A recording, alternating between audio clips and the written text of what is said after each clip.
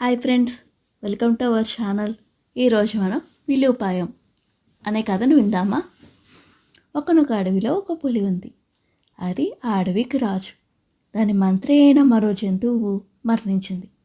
అందువల్ల అది కొత్త మంత్రిని నియమించాలనుకుంది. ఈ విషయాన్ని అడవిలో చాటింపు వేయించింది. మంత్రి కాగలవారు పలానా రోజున తన వద్దకు రావాలని ఆదేశించింది. ఈ చాటింపు విన్న ఒక నక్క, తోడేలు, పిల్లి దాని వద్దకు వచ్చాయి. వాటిని చూసిన పులి, మీరు కొత్త మంత్రిగా ఎన్నికై ఎందుకు వచ్చారు? మీలో ఒకరిని నేను నియమించాలనుకుంటా.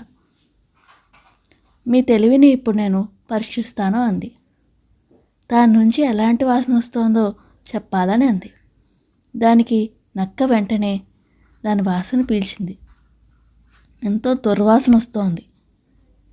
కానీ పులితో, మహారాజా, మీ వద్ద మధురమైన సువాసన వస్తోంది అంది.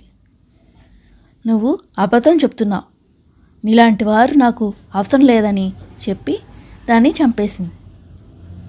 రెండో జంతువు తోడేలు వెంటనే కల్పించుకుని, ప్రభు, తమ నుంచి దుర్వాసన వస్తోంది అని చెప్పింది.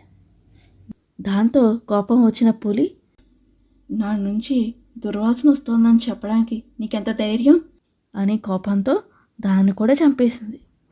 పులి ఇప్పుడు పిల్లి వంక చూసింది. తన వద్ద ఎలాంటి వాసన వస్తోందో అని చెప్పమంది. పిల్లి గుండెలు గుబేలుమంది. కాస్త ఆలోచించి, ప్రభు, మీ నుంచి గతంలో మంచి వాసన వచ్చేదేమో. అయితే చచ్చిన ఈ రెండు జంతువుల నుంచి కుళ్ళికంపు కొడుతోంది.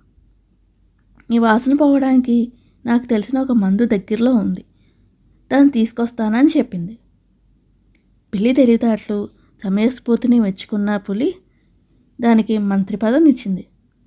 ఈ కథలో నీతి, దుష్టులతో జాగ్రత్తగా వ్యవహరించాలి. Thank you for watching. Please subscribe.